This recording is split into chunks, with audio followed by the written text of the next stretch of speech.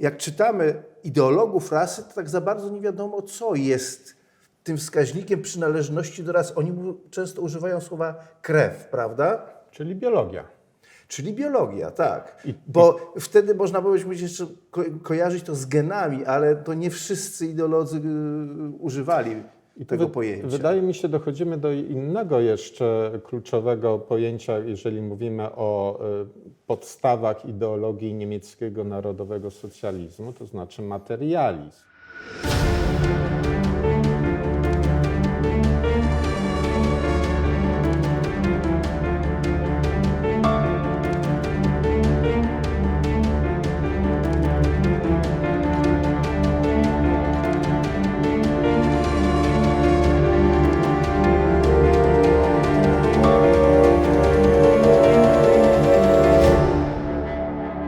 Tak długo jak Aryjczyk utrzymywał bezwzględnie pozycję pana, pozostawał on rzeczywiście nie tylko panem, lecz także wspomagał i pomnażał kulturę. Ta opierała się wyłącznie na jego zdolnościach i tym samym na jego utrzymaniu jako takim. Jak tylko ujarzmieni zaczęli rozwijać się sami i prawdopodobnie zbliżali się też do zdobyczy pod względem językowym, upadła solidna przegroda oddzielająca pana od niewolnika. Aryjczyk zrezygnował z czystości swojej krwi i stracił przez to miejsce w raju, który sam sobie stworzył. Pogrążył się w mieszaninie krwi, stopniowo coraz bardziej tracił swoją zdolność kulturalną, aż w końcu zaczął nie tylko duchowo, ale także cieleśnie bardziej przypominać ujarzmionych i pierwotnych mieszkańców niż swoich przodków. Jakiś czas mógł on jeszcze korzystać z istniejących dóbr kultury, potem jednak następowało skostnienie i popadł on w końcu w zapomnienie. Tak to upadają kultury i imperia, ustępując miejsca nowym tworom. Wymieszanie krwi i spowodowane tym obniżenie poziomu rasowego to jedyna przyczyna wymierania wszystkich kultur. Ludzie nie giną przecież z powodu przegranych wojen, lecz wskutek utraty tej siły oporu, która jest przynależna jedynie czystej krwi. Co na tym świecie nie jest dobrą rasą, jest plewą. Wszystko, co dzieje się w historii świata, jest jedynie uzewnętrznieniem instynktu samozachowawczego ras w dobrym lub złym sensie. Fragment Mein Kampf Adolfa Hitlera.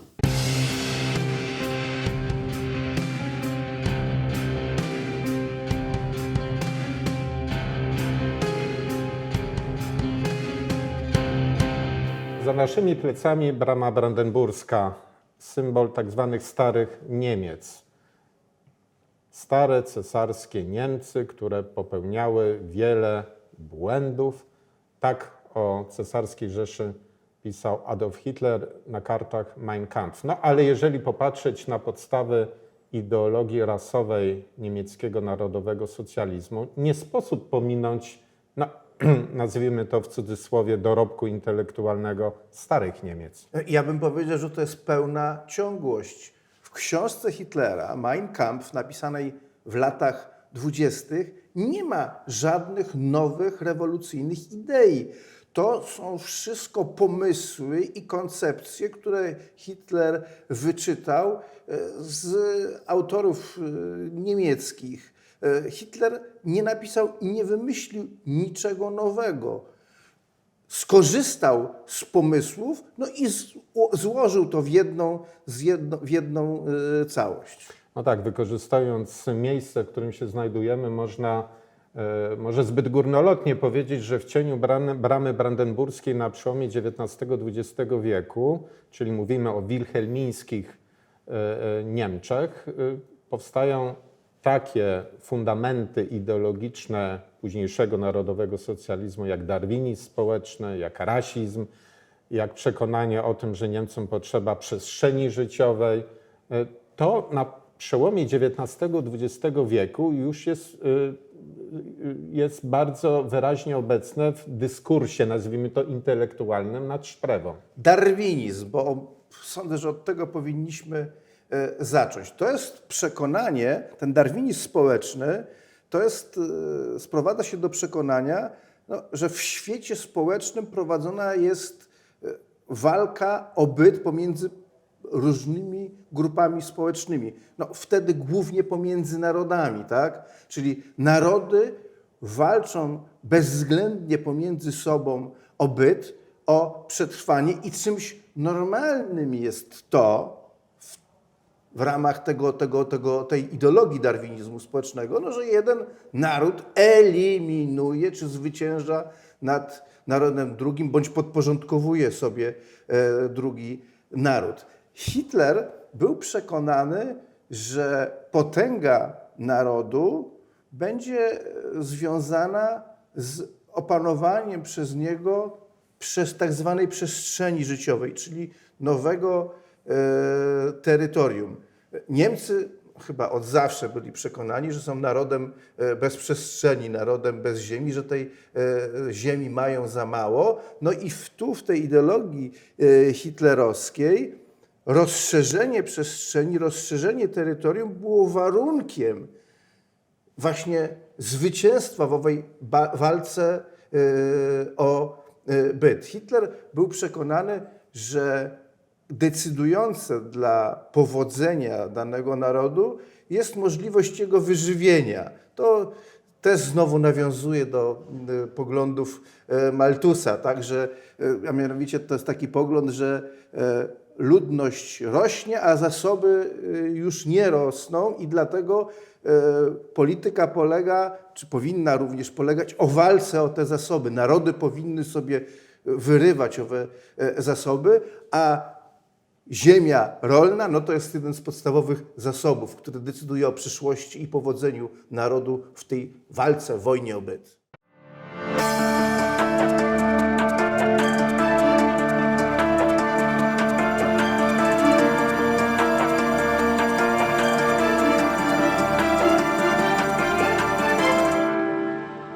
Powtórzmy jeszcze raz. To wszystko, o czym przed chwilą powiedziałeś, to już jest właściwie omawiane na wszelkie możliwe sposoby, nie gdzieś na wąskich seminariach uniwersyteckich, tylko jest w obiegu, gdy chodzi o komunikację w ramach niemieckiej opinii publicznej na początku XX wieku. Friedrich Ratzel, uważany za ojca tak zwanej biogeopolityki, on właśnie pisze na początku XX wieku o tej przestrzeni, o konieczności zyskania przez Niemców w wyniku zwycięskiej walki o byt, zwycięstwa nad innymi niższymi rasami właśnie tej przestrzeni. Nie kto inny jak Max Weber, odwiedzając pod koniec XIX wieku... Polityk liberalno-narodowy. Tak jest, związany z Alldeutscher Verband, czyli z takim ultranacjonalistycznym Związkiem Wszechniemieckim, którego szeregi opuścił, bo stwierdził, że jednak Wszechniemcy nie dostrzegają niebezpieczeństwa polskiego na wschodzie monarchii pruskiej. On, odwiedziwszy Wielkopolskę, stwierdził, że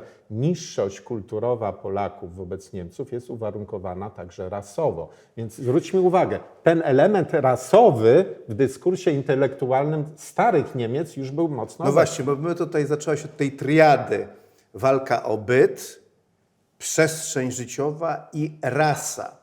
My mówimy i nieraz błędnie utożsamia się pojęcie narodu i rasy, a to nie jest jedno i to samo. Pojęcie narodu to jest takie klasyczne, tradycyjne pojęcie ideologiczne z mniej więcej XIX wieku, powstałe na początku XIX wieku, które stworzyło pojęcie państwa narodowego i jakby polityka cała, polityka międzynarodowa, wokół tego pojęcia się obracała i to było główne pojęcie, które pozwalało nam zrozumieć rzeczywistość, nie tylko rzeczywistość międzynarodową.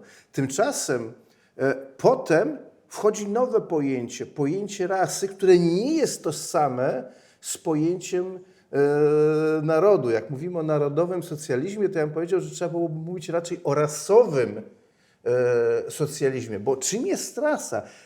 Rasa jest czymś więcej niż naród, bo w takim klasycznym rozumieniu narodu, no to naród jest jednak przede wszystkim pewną jednostką kulturową, tak? To, co jest dla narodu decydujące, to jest kultura. Natomiast dla rasy właśnie nie wiadomo co. Jak czytamy ideologów rasy, to tak za bardzo nie wiadomo, co jest tym wskaźnikiem przynależności do rasy. Oni często używają słowa krew, prawda? Czyli biologia. Czyli biologia, tak. Bo wtedy można było jeszcze kojarzyć to z genami, ale to nie wszyscy ideolodzy używali tego pojęcia. Wydaje mi się, dochodzimy do innego jeszcze kluczowego pojęcia, jeżeli mówimy o podstawach ideologii niemieckiego narodowego socjalizmu, to znaczy materializm.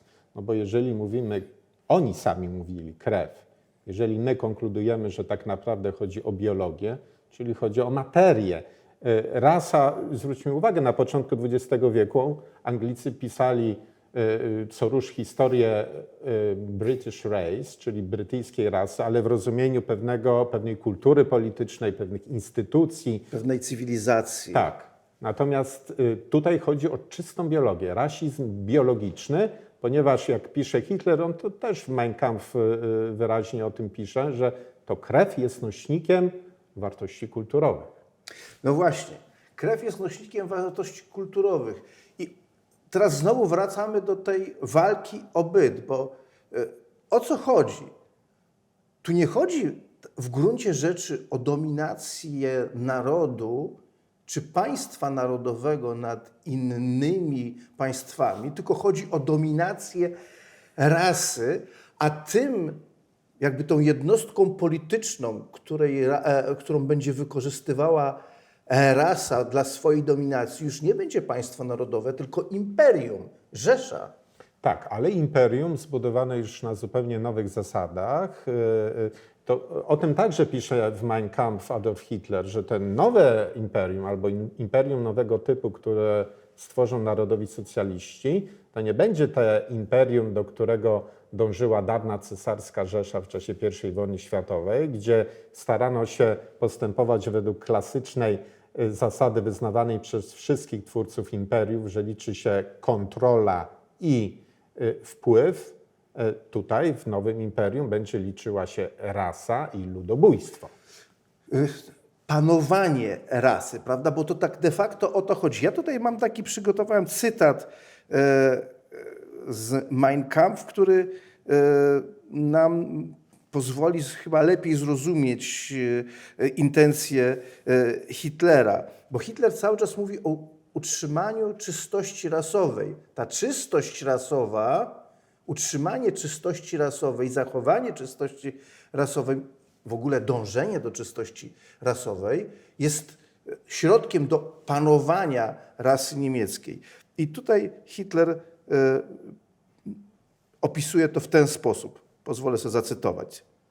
Niemiecka Rzesza powinna jako państwo skupić wszystkich Niemców z zadaniem polegającym na tym, aby nie tylko zebrać i utrzymać najbardziej wartościowe zasoby rasowych praelementów tego narodu, ale powoli i w sposób pewny wynieść je do pozycji dominującej. Dominacja. Czyli mówiąc ściśle, jeżeli stwierdzamy, że zasadniczym ideologicznym celem niemieckich narodowych socjalistów było zapewnienie Lebensraumu, czyli przestrzeni życiowej w Europie Środkowej i Wschodniej, to tak naprawdę nie chodziło o zapewnienie Lebensraumu dla Niemców, tylko dla Nordyków. Tak, właśnie dla tej rasy nordyckiej, niekiedy nazywanej rasą aryjską. Bo w poglądach Hitlera, on to zresztą od Mein Kampf wielokrotnie powtarza. Dla zrozumienia poglądu Hitlera, moim zdaniem, najważniejsze jest to stwierdzenie, że tu Hitler mówi, że nie wolno germanizować ludzi, że nie chodzi o to, żeby zgermanizować ludzi, no tak jak w XIX wieku, czy na przełomie XIX i XX wieku Niemcy germanizowali Polaków w Wielkopolsce, ale germanizować przestrzeń. Jeszcze raz powtórzmy, nie wolno, czy nie ma sensu germanizować ludzi, a germanizujemy przestrzeń. Co to znaczy germanizacja przestrzeni? Bo to będzie miało straszne skutki dla narodów Europy Środkowej i Wschodniej. Co to znaczy? Więc tutaj otwiera się przed nami całe morze eufemizmów, w tym Niemcy byli mistrzami, a więc tak zwana przebudowa struktury etnicznej w Europie Środkowej i Wschodniej, o której mówił krótko po podboju Polski Adolf Hitler. Natomiast ja chciałbym wrócić jeszcze do tego sformułowania, które padło w tym fragmencie przez Ciebie przytoczonym z Mein Kampf. Zasoby rasowe, zwróćmy uwagę, Lebensraum miał być dla czystych rasowo Nordyków. Oczywiście ich najwięcej, jak twierdzili narodowi socjaliści, ich najwięcej było w narodzie niemieckim, ale nie tylko. No bo stosując tak zwane naukowe metody, narodowi socjaliści starali się wyłuskać te zasoby wartościowe pod względem rasowym także na przykład z narodu polskiego. Bądź innych narodów, bo mówimy o tym fenomenie ponadnarodowości rasizmu, na który zwracaliśmy uwagę, no bo inne narody też składały się z tego praelementu nordyckiego, na przykład narody skandynawskie. Można tak powiedzieć, żeby to zobrazować, że Niemcy jako naród mają najwięcej procentowo, nazwijmy to tak, krwi nordyckiej, a potem ta krew nordycka tak się roztapia wśród innych narodów i nawet ci Słowianie mają jakiś tam procent tej krwi nordyckiej i tych Słowian, którzy mają ten procent jakiejś krwi nordyckiej, nie wolno mordować. Trzeba ich zachować, bo to jest największa wartość, ta krew nordycka, poza jednym przypadkiem. Bo to hitlerowcy zwracali na to uwagę, że ci Polacy, którzy są Nordykami, się sprzeciwiają panowaniu niemieckiemu w Europie, ci powinni zostać zamordowani, bo Nordycy to są naturalnymi przywódcami. Pomimo to, że są i mają krew nordycką, to jednak muszą zostać wymordowani, bo się nam sprzeciwiają i mogą być potencjalnie dla nas groźni, bo wedle nich zwykły Słowianin nie może sprzeciwstawiać się Nordykom. Tak, jak głosił dowcip, za którego opowiadanie groziła kara śmierci w Rzeszy Niemieckiej, prawdziwy Nordyk to taki blondyn jak Hitler, szczupły jak Goering, świetnie chodzący, smukły mężczyzna jak Goebbels. Ale musimy jeszcze powiedzieć o jednym narodzie, który był skazany na bezwzględne, to nawet tutaj Niemcy używali takich już coraz słabszych eufemizmów, wytępienia, mianowicie naród żydowski. Naród żydowski nie dość, że nie ma ani grama tej dobrej, ani procenta tej dobrej krwi niemieckiej, ale ma jeszcze coś gorszego, że ma tą złą krew i poprzez mieszanie się krwi narodu żydowskiego z krwią nordycką, rasa nordycka może zostać zniszczona. Dlatego Hitler uważa, że w przypadku narodu żydowskiego nie można mieć żadnej wątpliwości i los Żydów jest już zgodnie z jego ideologią przesądzony. Ideologią materialistyczną, bo tu jak w soczewce widać właśnie ten materializm tego biologicznego rasizmu narodowych socjalistów. Całe zło, które oni widzieli w narodzie żydowskim, brało się z tej tak zwanej złej krwi, złej, niereformowalnej w żaden sposób krwi żydowskiej i całe zło, które oni widzieli, upatrywali w Żydach, tak uzasadniali. Ale krew. Ta krew to jest jakaś. Tak, ale z drugiej strony ta krew, bo to jest pewna metafora. Oni nie potrafili, biologia, tylko że oni nie potrafili tego zdefiniować naukowo. Poza tym, że tam mierzyli te czaszki, patrzyli, jaki kolor jest oczu i na tej podstawie, na podstawie no, takich zewnętrznych, de facto zewnętrznych oględzin rozstrzygali o tym, jaka jest krew. No to też dziwne, no bo ta ideologia podstaw naukowych jednak nie ma. I w trakcie już wojny, w trakcie tych selekcji, które Niemcy wykonywali, no bardzo często mylili się, na szczęście dla potencjalnych ofiar. Kto wie, gdyby Rzesza Niemiecka pod rządami Hitlera trwała dłużej niż tylko 12 lat, być może nauka niemiecka, czerpiąc także z dorobku tych starych Niemiec, doszłaby do innych metod ustalenia tej prawdziwej, czystej krwi nordyckiej.